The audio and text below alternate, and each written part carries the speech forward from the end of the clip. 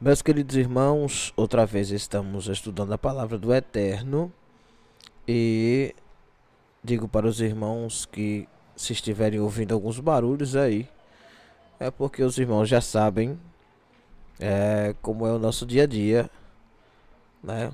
Onde nós moramos, infelizmente, sempre tem um fundo musical, né? Acho que acontece isso também com vocês aí. Onde vocês moram tem sempre alguém que não consegue escutar o seu som sozinho e quer transmitir para os outros, né? Pois bem, estamos mais uma vez estudando a palavra do Senhor do livro do Gênesis e transmitindo para os irmãos a leitura de Gênesis 39. Gênesis 39 a seguir. Lembrando aos irmãos que nós já temos aí 39, 38 capítulos do livro de Gênesis. Estamos no 39º e creio que os irmãos tenham aprendido alguma coisa até o dia de hoje. A leitura é longa, o curso Bíblia Completa tem o intuito de nos acompanhar a vida inteira. E lembrando que o profeta, o professor, a pessoa que lhe instrui, ele não detém o conhecimento, ele é iluminado. Então sempre pode cometer erros, sempre pode ter falhas, sempre pode interpretar errado. Isso vai ser normal. Tá certo, irmãos? Então prestem atenção na palavra e vamos absorver em nome de Jesus. E José foi levado ao Egito e Potifar, eunuco de Faraó, capitão da guarda, varão egípcio, comprou da mão dos ismaelitas que o tinham levado lá. E o Senhor estava com José, e foi varão próspero, e estava na casa de seu senhor egípcio. Vendo, pois, o seu senhor, que o Senhor estava com ele, e que tudo o que ele fazia, o Senhor prosperava em sua mão, José achou graça aos seus olhos, e servia-o, e ele o pôs sobre a sua casa, e entregou na sua mão tudo o que tinha. E aconteceu que desde que o pusera sobre a sua casa e sobre tudo o que tinha, o Senhor abençoou a casa do egípcio por amor de José. E a bênção do Senhor foi sobre tudo o que tinha, na casa e no campo. E deixou tudo o que tinha na mão de José, de maneira que nada sabia do que estava com ele, a não ser o pão que comia. E José era formoso de aparência e formoso à vista. Perceba aqui que quando aparece aqui, a não ser do pão que comia, é porque sempre foi costume de alguém que está numa monarquia. O monarca é uma pessoa que está sentado num trono e que nem sempre divide o seu poder, né? Então eles estão lá na monarquia, tem um monarca, que é o príncipe do Egito, o rei do Egito, o faraó, e tem os seus ricaços, né? Tem os seus súditos ricos, né? E este eunuco, ele era casado. Veja que é diferente das outras nações, por exemplo, a nação da Assíria, a nação da Babilônia, né? As nações da Babilônia ali do lado do rio Nilo, eles tinham o costume de castrar os eunucos, né? Mas aqui no Egito nós vemos que Faraó tem um eunuco que é casado, tem uma família e tal. E observe que José, quando chega no Egito, é levado pelos ismaelitas, que são seus parentes, filhos de Ismael, parentes do seu avô, primos, né? De segundo grau, mas E eles vendem-no para o Egito. E acontece que quem o compra é um eunuco e o coloca para trabalhar. Mas percebe que enquanto José está trabalhando nos seus campos, tanto no campo quanto na cidade, acontece uma coisa extraordinária, porque tudo que José faz, ele prospera. Não é em tudo que toca, tá? É em tudo que ele faz. Ou seja, quando ele se empenha em fazer uma coisa, ele prospera. Então, observando a prosperidade de José, vendo que Deus estava com ele, o que ele faz? Ele coloca-o para administrar a sua casa. O que entra e o que sai passa pela mão de José. Ele administra toda a casa, mas com algumas exceções. Por exemplo, ele não vai permitir que José tenha poder sobre a sua esposa, e também não vai permitir que o alimento que chegue até ele não saiba como foi feito. Então ele vai observar quem está fazendo os alimentos. Por quê? Se os irmãos lembram-se, lá na frente vai acontecer que alguém pecou contra o faraó. E são pessoas que eram servidores dos pratos. Então, um padeiro, um copeiro, alguém que administrava ali, quer dizer, mais próximo, mais perto de envenenar alguém. Então, por que que eunuco? O eunuco aqui, Potifar, ele não permite que José sozinho também administre a sua alimentação. Ele tem que saber quem está fazendo, de onde está fazendo, por que está fazendo, quais são os ingredientes, porque facilmente uma pessoa dessa com influência pode ser envenenada. Então veja onde está a destreza, né? É isso que eu quero que os irmãos observem, observando os detalhes da palavra de Deus, os cuidados que a Bíblia tem. E são nesses cuidados, nesses detalhes, que você pode trazer uma palavra diferenciada para a igreja. A mesma palavra, porém, por outro ponto de vista, observando o que ninguém viu. É isso que fará a diferença na sua pregação, tá certo? Então, no versículo de número 6, deixou tudo o que tinha na mão de José, de maneira que não sabia o que estava com ele, a não ser o pão que comia. E José era formoso de aparência e, o que é que diz aí? Formoso também à vista. Quem olhava para José percebia que ele era belo, que ele era uma pessoa bonita, que ele era alguém que era desejável, né?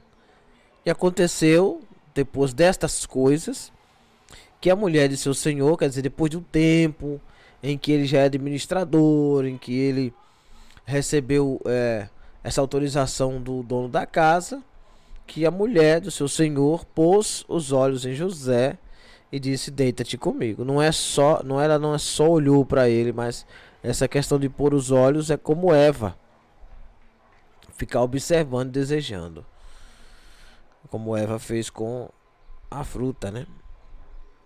E aconteceu que depois dessas coisas, então ela se aproxima dele e faz o convite para que ele deite com ela.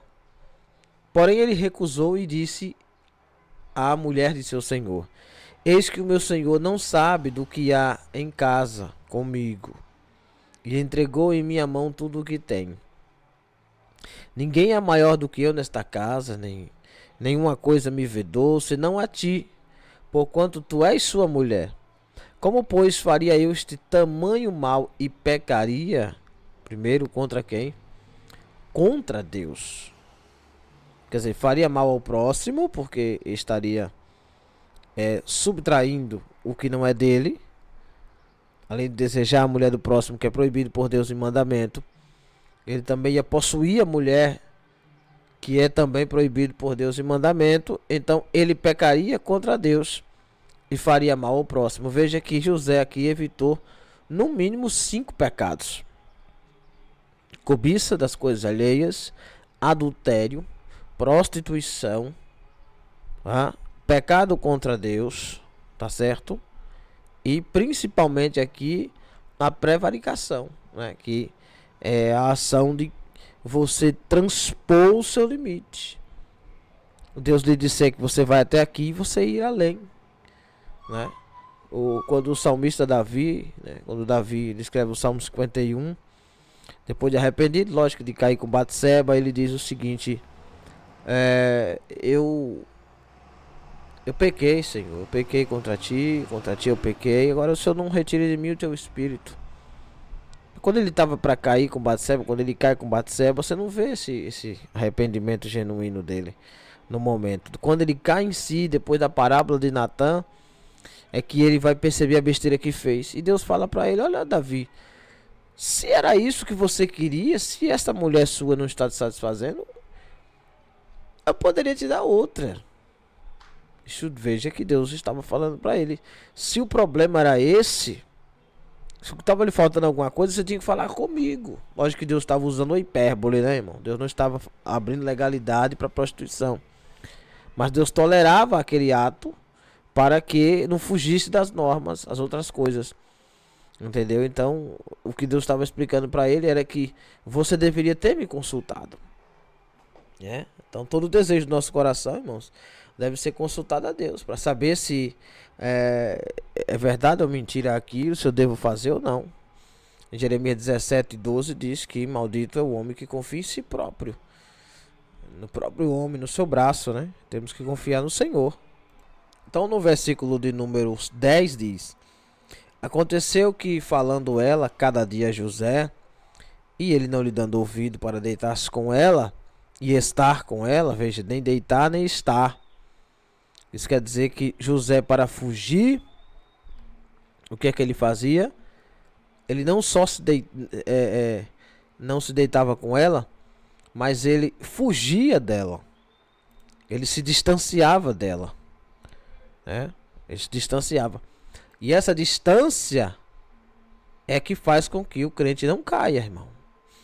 Tá certo? Se você tem essa queda e você convive o tempo todo com alguém e esse alguém lhe traz desejo ou lhe deseja, não se engane. Se você permanecer do lado dessa pessoa, não mudar de rotina, não mudar de horário, não mudar de espaço, se você permanecer com conversinha, com mensagens, sabe, observando, deixando dizer o coração, não orar contra aquilo ali, ô meu irmão, você vai cair, infelizmente. Tá certo? Você tem que mudar, você tem que fazer alguma coisa. O segredo está aqui. José foge. Por mais que ele tenha que perder o emprego, que ele tenha que perder a liberdade dele, mas ele vai fugir, mas fugir para os braços de Deus. E logo depois virá a recompensa. Não se esqueça do que Tiago disse no capítulo 4, versículo 7. Porque nós precisamos achegar a Deus para Deus chegar a nós. Aí nós podemos fugir do diabo, resistir ao diabo. Que a fuga do diabo é a resistência a ele. Só que Salomão também vai escrever o seguinte, que da mulher adúltera nós não podemos encarar, nós devemos fugir. Entendeu? Então o diabo nós podemos resistir e ele foge. Mas a mulher não há resistência. A mulher só fugindo, irmão. Só fugindo. Por quê? Porque o inimigo vai usar aquilo ali como estratégia para alimentar nossa carne. E no dia da nossa fragilidade espiritual, ele vai nos derrubar. Tá certo? Então, foge. Corre enquanto há tempo, apaga o número, quebra o chip, troca de celular, muda de cidade, faz qualquer coisa para que isso não venha atingir. Tá? Para que você não vá bater de frente. Jesus não disse, deixa o mal vir que eu resisto. Não, ele disse assim, ó, não nos deixeis cair em tentação e livrai-nos do mal. Jesus orando disse que é para que o mal não venha. Nem me deixe cair em tentação, ou seja, não me induza, né? No sentido original da palavra, não me induza, não me conduza, não me coloque diante de uma tentação, porque eu não aguento, não suporto. Mas me livre deste mal. Já certo? E mal ali que aparece na oração de Cristo é com L, de maligno, malignidade, maldade, né? Coisa ruim, maledicência do diabo mesmo, não é males da vida. né? Os males da vida é com U, né? Coisa mal, eu tropecei, é mal. Eu caí, é mal. Me falaram alguma coisa, isso é mal, com U. Mas o mal com L vem de maligno, de Satanás, tá certo? Então observe que ela vai armar uma estratégia, né? Você vê que o ambiente em que ele está já não comporta mais um cristão, né? Já não dá mais para ele viver ali. Sucedeu num certo dia, versículo 11, que veio à casa para fazer o seu serviço e nenhum dos da casa estavam ali. Nenhum dos da casa estava ali. Por quê? Porque a mulher já armou a arapuca. E ela lhe pegou pela sua veste, dizendo: deita-te comigo. E ele deixou a sua veste na mão dela e fugiu e saiu para fora. Veja que a Bíblia usa aqui no versículo 12 uma coisa chamada de pleonasmo, ou pleonasma, se você preferir. É usado na língua portuguesa. Subir para cima, descer para baixo, entrar para dentro. Sabe? Isso é um pleonasmo, que é para enfatizar, por exemplo, quando Jesus diz lá em João 11, né, Lázaro, sai para fora, vem para fora. Quer dizer, sair já dá ideia de que é para fora. Só que não é bem assim que a Bíblia diz. Quando a Bíblia nos mostra esse pleonasmo, é para dar um sinal de distanciamento entre nós e aquilo que acabou de sair, ou de onde acabamos de sair. Dá para entender? Então, por exemplo, quando nós dizemos assim: fulano saiu, mas saiu para onde? Ele está no batente? Ele está à frente da casa? Não diz. Mas a Bíblia sempre usa onde quer que a pessoa esteja. E entrou na caverna e saiu da caverna, como diz sobre Elias. E saindo Lázaro da caverna onde estava. E veja que ele saiu de onde estava, da caverna de onde estava, distanciou-se. E indo eles até o sepulcro, entrou no sepulcro, né? Veja que a Bíblia ela sempre enfatiza o espaço físico onde a pessoa está, para que não haja confusão. E aqui, veja que saiu para fora, quer dizer, ele não só saiu e tomou uma distância daquele lugar, curto espaço de tempo, mas ele abandonou aquele espaço físico onde estava. Tem que abandonar, irmão. É esse ponto aqui. E ela pôs a sua veste perto de si, até que o seu senhor veio à sua casa. Veja que quando ele volta, quando o marido dela volta, ela está com as vestes de José ao seu lado, né? E então falou-lhe conforme as mesmas palavras, dizendo: veio a mim o servo hebreu que nos trouxesse para escarnecer de mim. Veja que ela inverte a coisa, né? As palavras que ela diz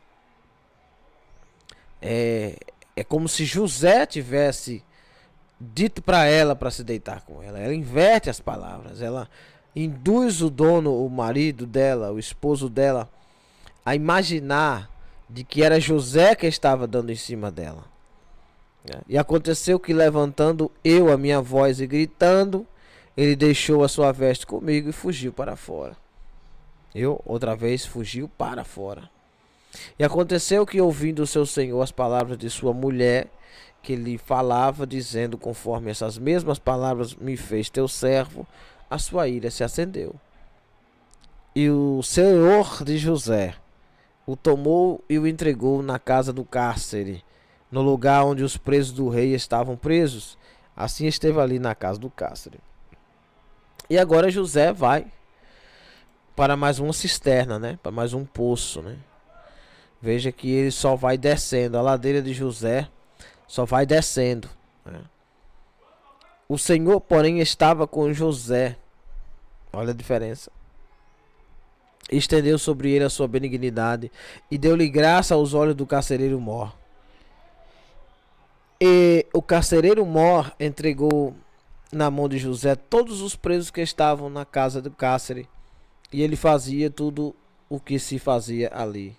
E o carcereiro mor não teve cuidado de nenhuma coisa que estava na mão dele, porquanto o Senhor estava com ele, e tudo o que ele fazia o Senhor prosperava. Quer dizer, agora José vai ser uma espécie de agente penitenciário, né? José agora vai tomar conta daquela prisão, né? Daquela delegacia.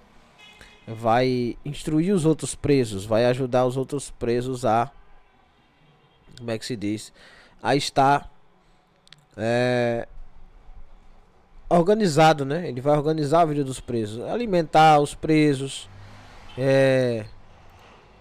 fazer o que se faz numa prisão.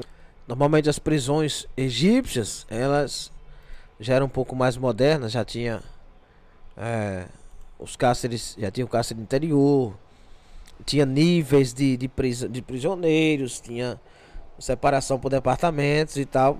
E José foi colocado junto com os presos reais, ou seja, ele agora é inimigo do rei, né? Aconteceu depois dessas coisas, aí Gênesis 40, que pecaram o copeiro do rei do Egito e o padeiro contra o seu senhor, o rei do Egito. E dignou-se Faraó muito contra os seus dois eunucos, né? Contra o copeiro Mor e contra o padeiro Mor. E entregou-os à prisão na casa do capitão da guarda e na casa do cárcere, no lugar onde José estava preso. Veja que depois que José está preso, vai chegar mais dois prisioneiros que pecaram contra o seu rei, né? Então não diz qual foi a forma de pecado, mas essa questão de pecado aqui não é um pecado contra Deus, tá certo, irmão? É que eles fizeram alguma coisa de errado. Fiz alguma coisa de errado para eles. A palavra pecado aqui é errar, né? Errar o alvo, fazer o que é errado. Então eles estavam ali muitos dias, né, na prisão. E foi colocado ali, né, o versículo 4, o capitão da guarda pô-los a cargo de José para que os servisse. E estiveram muitos dias na prisão. Quer dizer, vocês tinham a questão de copeiro lá e padeiro, então agora vocês vão servir aqui na cadeia, porque não é como a cadeia brasileira que os presos comem de graça, né? Eles tinham que trabalhar para poder manter-se ali, né? E ambos sonharam um sonho, cada um o seu sonho na mesma noite, cada um conforme a interpretação do seu sonho. O copeiro, o padeiro do rei do Egito, que estavam presos na casa do cárcere. E fez José a eles pela manhã, né? E estavam ali turbados, né? E vocês vão ver que no versículo de número 9, ele começa contando: olha, então contou o copeiro Mor o seu sonho a José e disse: eis que em meu sonho havia uma vide diante de minha face, e na vide 3 sarmentos, e estava como que brotando, a sua flor saía e os seus cachos amadureciam em uvas. E o copo de Faraó estava na minha mão, e eu tomava as uvas, espremia no copo de Faraó e dava o copo na mão de Faraó. Então disse-lhe José: essa é a sua interpretação, os 3 sarmentos são 3 dias. Dentro ainda de 3 dias Faraó levantará a sua cabeça e te restaurará ao teu estado, e darás o copo de Faraó na sua mão, conforme o costume antigo, quando era seu copeiro. Aí José, o que é que José pensa?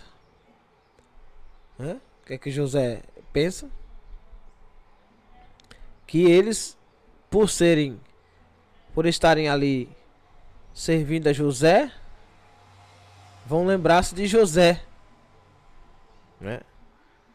Mas, porém, lembra-te de mim, versículo 14. Quando te for bem, algo-te que use comigo de compaixão. Quando você estiver lá, que você estiver livre disso aqui, ajude-me.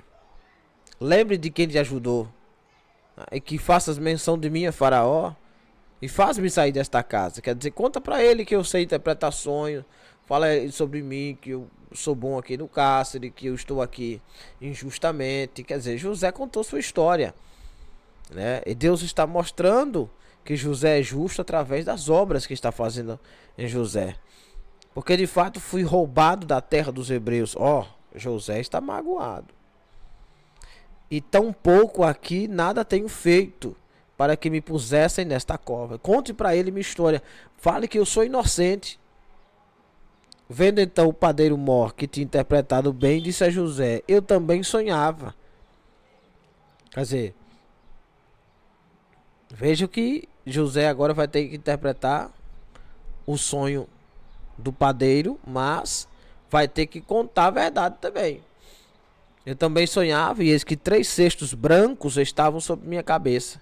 E eu vou ler aqui para encerrar, para eu explicar para os irmãos o que é uma interpretação de sonhos, tá certo?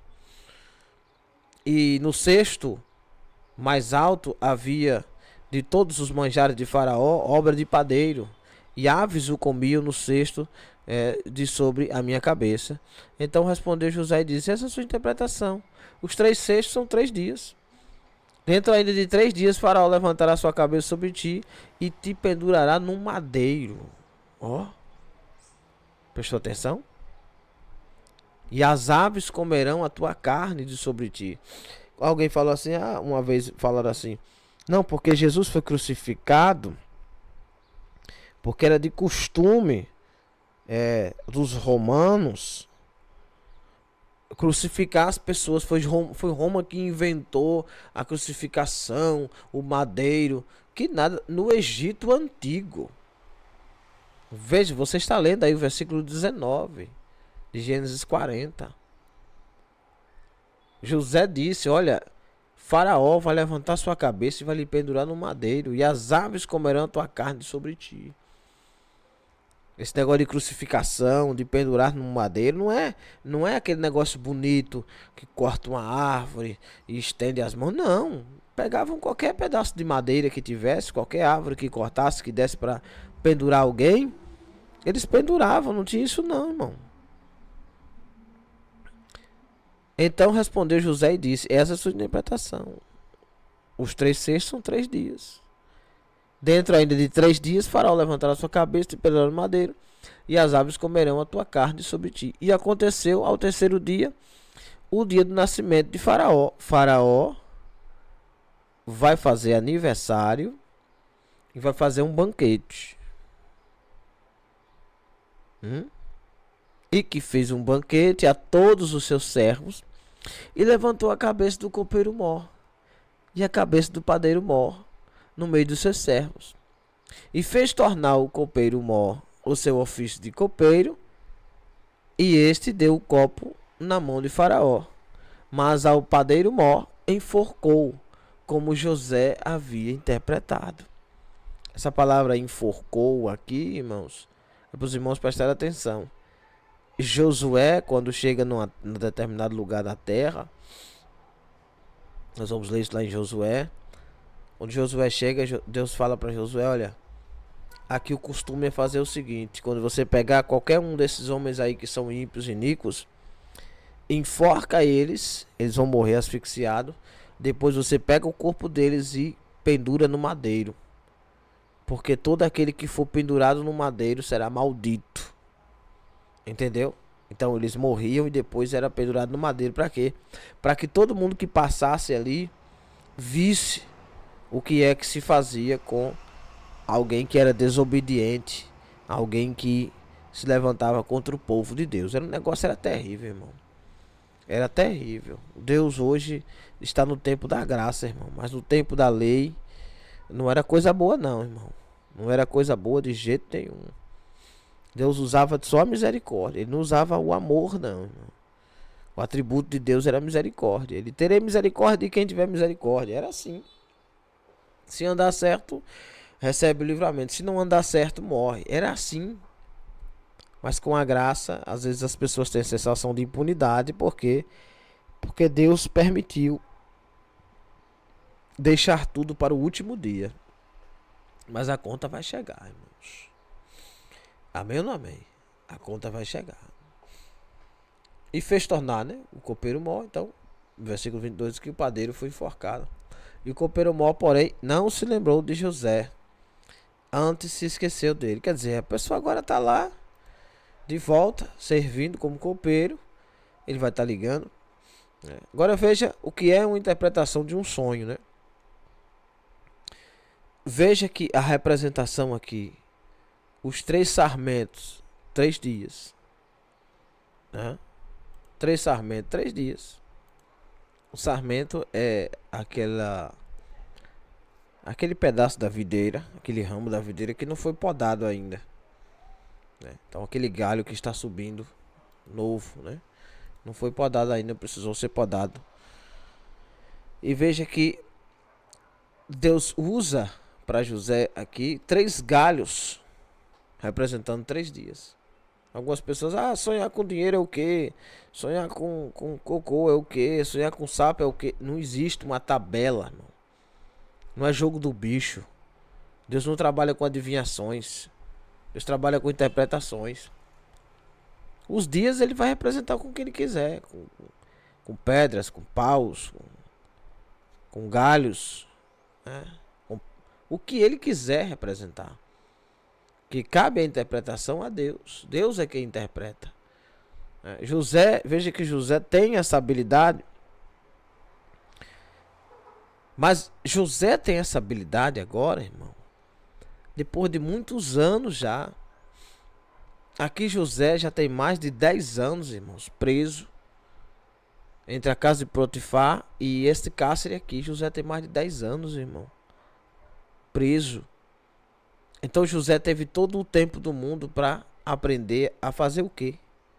A interpretar sonhos. Justamente por não saber interpretar sonhos, é que na mente dele ele imagina que ele foi preso, que ele foi vendido. Porque se José soubesse interpretar aqueles sonhos, com certeza ele saberia o resultado dos sonhos, que lhe despertaria inveja. E Deus daria a ele uma estratégia maior, melhor, mais fácil, para que ele pudesse entrar no Egito. Porque José era muito inteligente. José, além de forte, inteligente, bonito.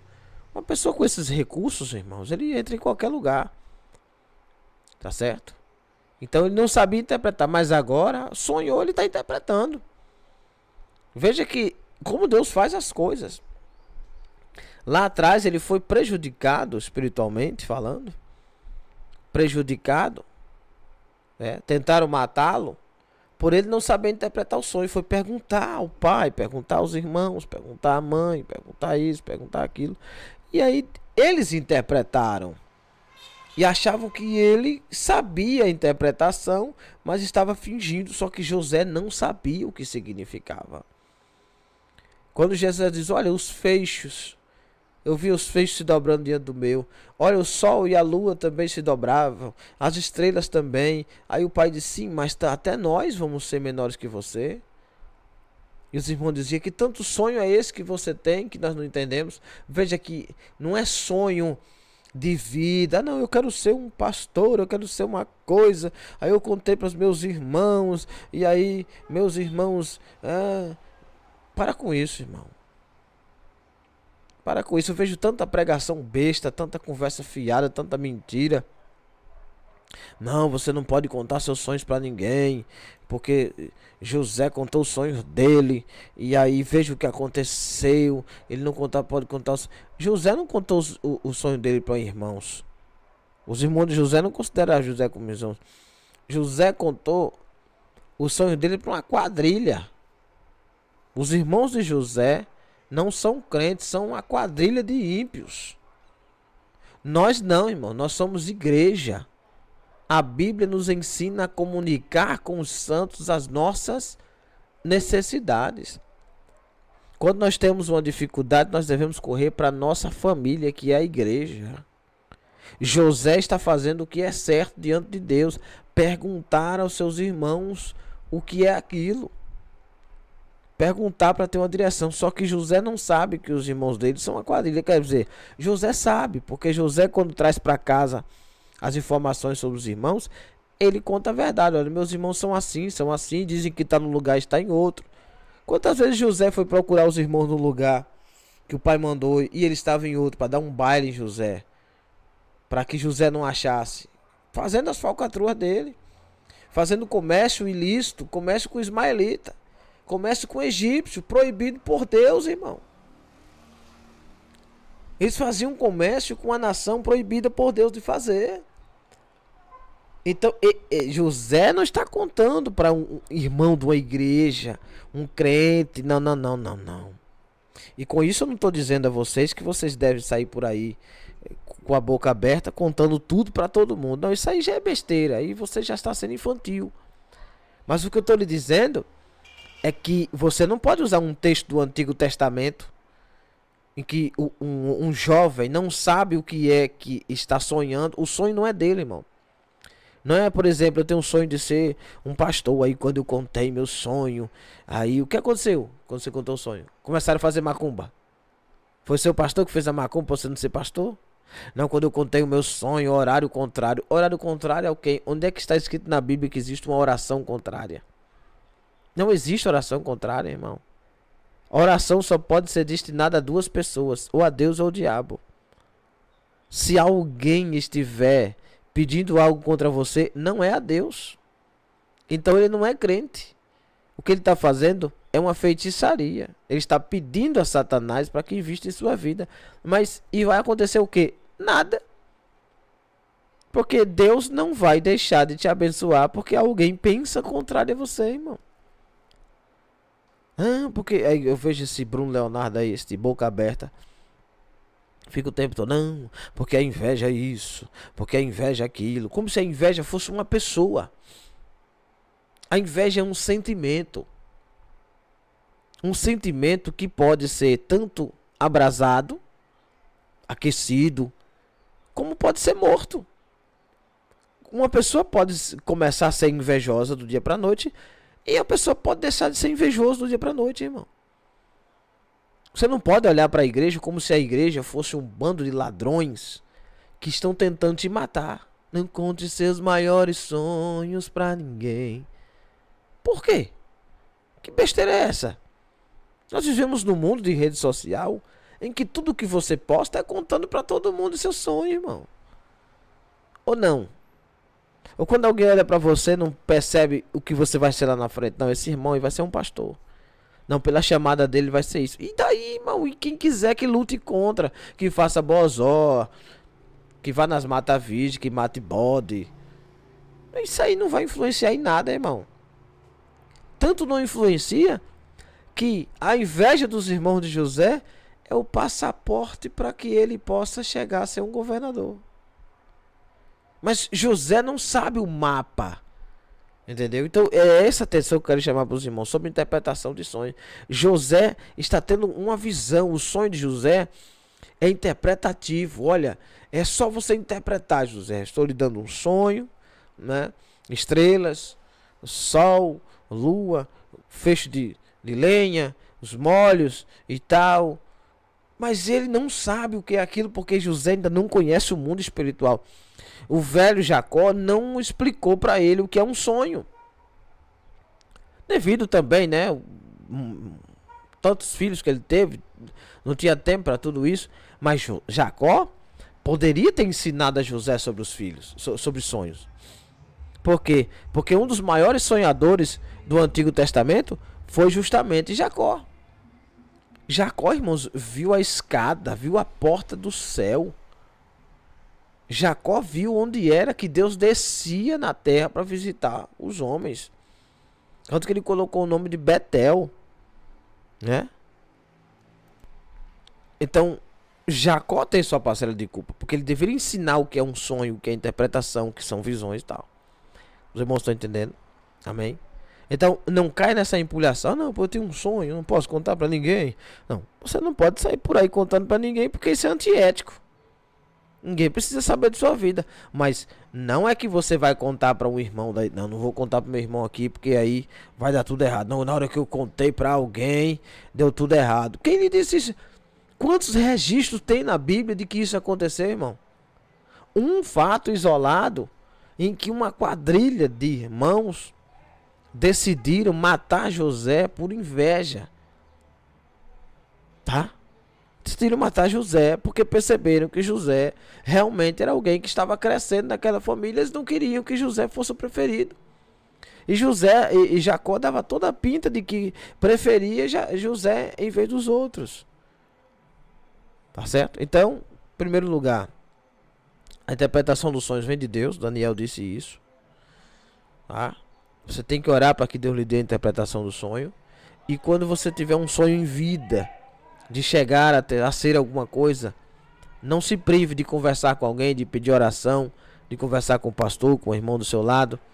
Isso aí é besteira pura. Tá certo, irmãos? Que Que o Senhor Jesus abençoe a cada um e até a próxima aula, quando nós vamos continuar esse assunto aqui maravilhoso, e Deus vai nos abençoar mais e mais em nome de Jesus, tá certo?